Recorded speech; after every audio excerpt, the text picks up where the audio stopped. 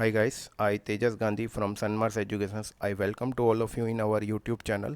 आज हम पढ़ेंगे what is magnetic field strength, what is magnetic potential, what is magnetic flux density, flux per unit pole and susceptibility. So let's start the today sessions. First of all, what do we mean by the magnetic field strength? Magnetic field strength क्या होता है? It is defined as the force experienced by a unit north pole placed at that point in the magnetic field. जैसे मान लो कि मेरे पास ये एक magnet है।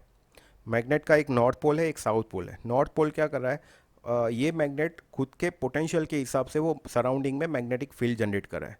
मतलब कि north pole magnetic field generate करके वो साउथ पोल को अट्रैक्ट कर रहा है। तो जिस जिस मैग्नेट का पोटेंशियल ज़्यादा होगा वो उसके सराउंडिंग में ज़्यादा मैग्नेटिक फील्ड जनरेट करेगा।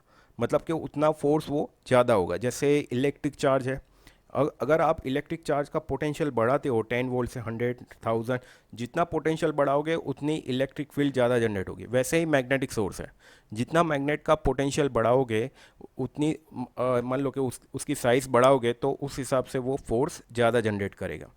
So experience by a unit north pole place at that point in the magnetic field, it is denoted by H. उसको हम किससे डिनोट करते हैं? एच से।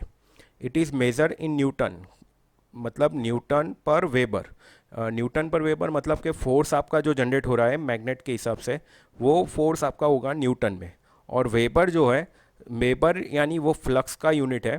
और वो फ्लक्स किसको बोलते हैं? जो मैग्नेट के सराउंडिंग में magnetic lines of force generate हो रही है, उस मैग्नेटिक लाइंस ऑफ फोर्स को हम क्या बोलते हैं? फ्लक्स। और फ्लक्स का यूनिट होता है वेबर। उस वजह से मैग्नेटिक फील्ड स्ट्रेंथ का यूनिट होता है न्यूटन पर वेबर। और मैग्नेटिक फील्ड स्ट्रेंथ को हम मैग्नेटिक फील्ड इंटेंसिटी भी बोलते हैं। ये एक वेक्टर क्वांटिटी है और it is analogous to electric field strength. मतलब कि वो रिलेटेड है इलेक्ट्रिक सर्किट के हिसाब से electric field strength. Electric field strength में मान लो कि जैसे मेरे पास एक 100 वोल्ट का सोर्स है और एक 1000 वोल्ट का सोर्स है, तो डेफिनेटली एक 1000 वोल्ट सोर्स में हमें जल्दी शॉक लगेगा क्योंकि उसकी स्ट्रेंथ ज़्यादा है। जितना पोटेंशियल आप बढ़ाओगे उतनी उसकी स्ट्रेंथ बढ़ती जाएगी। तो वैसे ही मैग्नेटिक सर्किट में मैग्नेटिक फील्ड स्ट्रेंथ मतलब जितनी मैग्नेट की पोटेंशियल बढ़ाओगे उतनी उसकी स्ट्रेंथ इंक्रीज होगी। तो H इज इक्वल टू क्या होता है? F by M. F क्या है? फोर्स। M क्या है? Pole strength. तो M वही इंडिकेट कर रहा है कि आपकी पोल की स्ट्रेंथ कितनी है।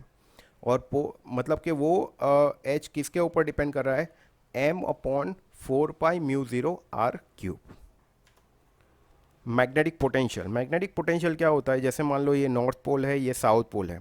उस वजह से ये नॉर्थ पोल क्या कर रहा है? साउथ पोल को अट्रैक्ट कर रहा है और सराउंडिंग में मैग्नेटिक फील्ड जनरेट कर रहा है। जैसे अभी बताया कि इलेक्ट्रिक पोटेंशियल होता है 10 वोल्ट, 100 वोल्ट, 1000 वोल्ट। जितना पोटेंशियल आपका ज़्यादा उतनी ही मतलब कि इलेक्ट्रिक चार्ज ज़्यादा जनरेट होगी। वैसे ही यहाँ पे जो मैग्नेटिक फील्ड मतलब कि मैग्नेट जो है, जितने मैग्नेट का पोटेंशियल ज़्यादा होगा वो उसके सराउंडिंग में ज़्यादा मैग्नेटिक फील्ड जनरेट करेगा। तो हम इसको किससे डिनोट करते हैं? It is defined as at each point in a given magnetic field to be equal to work done in bringing a unit north pole from infinity to the point.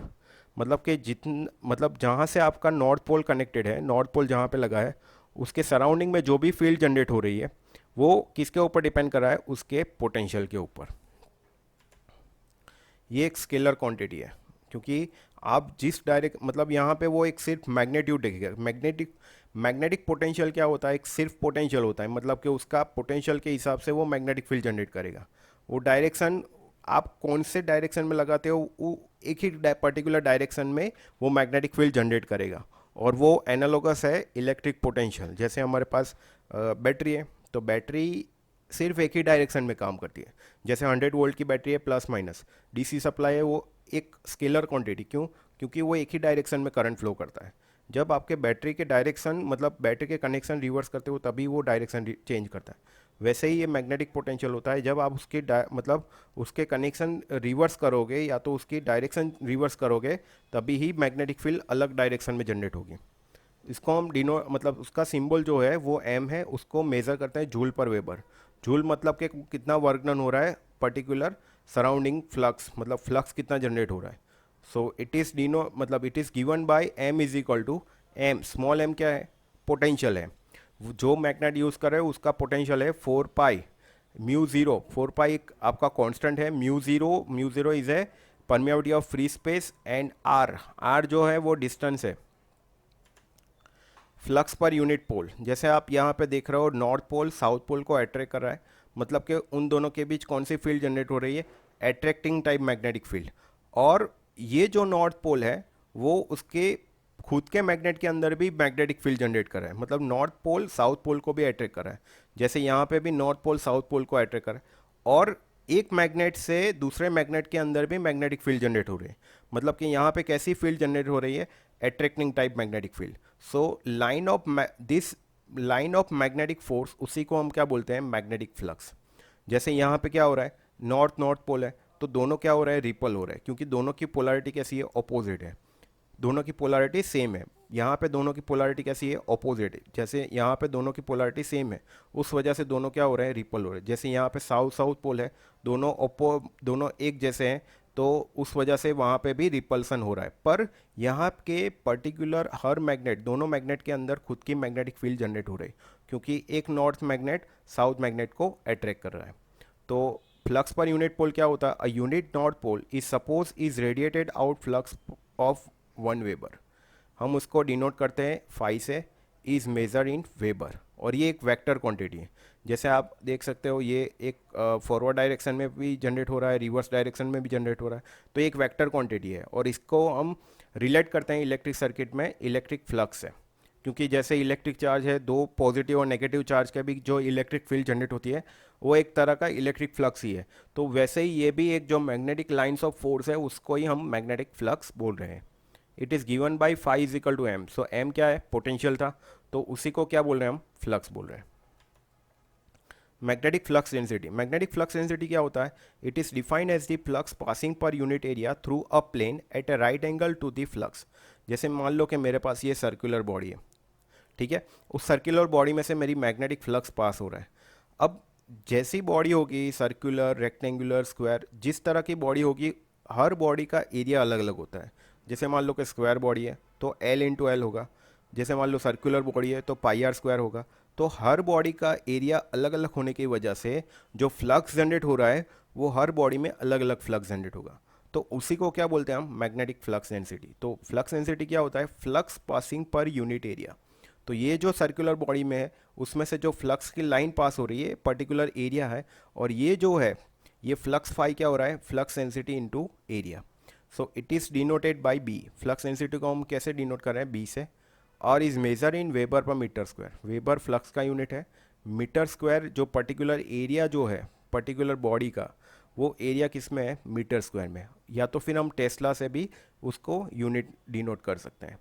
ये एक particular vector quantity है, ये vector quantity है, और इसको हम denote मतलब उसको एनालॉगस करते हैं इलेक्ट्रिक फ्लक्स डेंसिटी से, क्योंकि जैसे इलेक्ट्रिक सर्किट में इलेक्ट्रिक फ्लक्स डेंसिटी होती है वैसे ही यहाँ पे मैग्नेटिक फ्लक्स डेंसिटी है। और it is given by B is equal to phi by A. Next, intensity of magnetisation. Intensity of magnetisation क्या है, it may be defined as the induce pole strength develop per unit area of the bar. तो I को हम कैसे denote करें, M upon ए, मतलब M जो आपका पोटेंशियल है, जो मैग्नेटिक पोटेंशियल है, जिस मैग्नेट का पोटेंशियल है, per unit area, particular area pole का एरिया क्या है उसको हम क्या बोलते हैं, intensity of magnetization. So M क्या है, pole strength induce in the bar in weber. तो पोल स्ट्रेंथ जो भी होगा वो किस में होगा, वेबर में। और A pole area of the bar in metre square. L क्या है, length of magnetic bar in metre. जैसे आई इक्वल टू हमने क्या लिखा, एम बाई ए। अगर यहाँ पे हम एल को मल्टीप्लाई और डिवाइड कर दें तो क्या हो जाएगा, एम इंटू एल को हम बोलते हैं M into L, that is the M capital M divided by V, so that is called as a magnetic moment. और वी क्या होगा, वॉल्यूम। तो ए इंटू एल क्या होगा आपका, that is the volume. So उसको हम क्या बोलेंगे, magnetic moment. Next one is susceptibility. Susceptibility क्या होता है, it is defined as the ratio of intensity of magnetisation. Intensity of magnetisation मतलब कि I to the magnetising force H. So K को क्या कहेंगे हम, I by H. So it is measured in henry per metre. तो today I think all of you understood the definitions related to this magnetism. So thank you for watching my video. Next time we discuss the Weber's molecules theory. Thank you.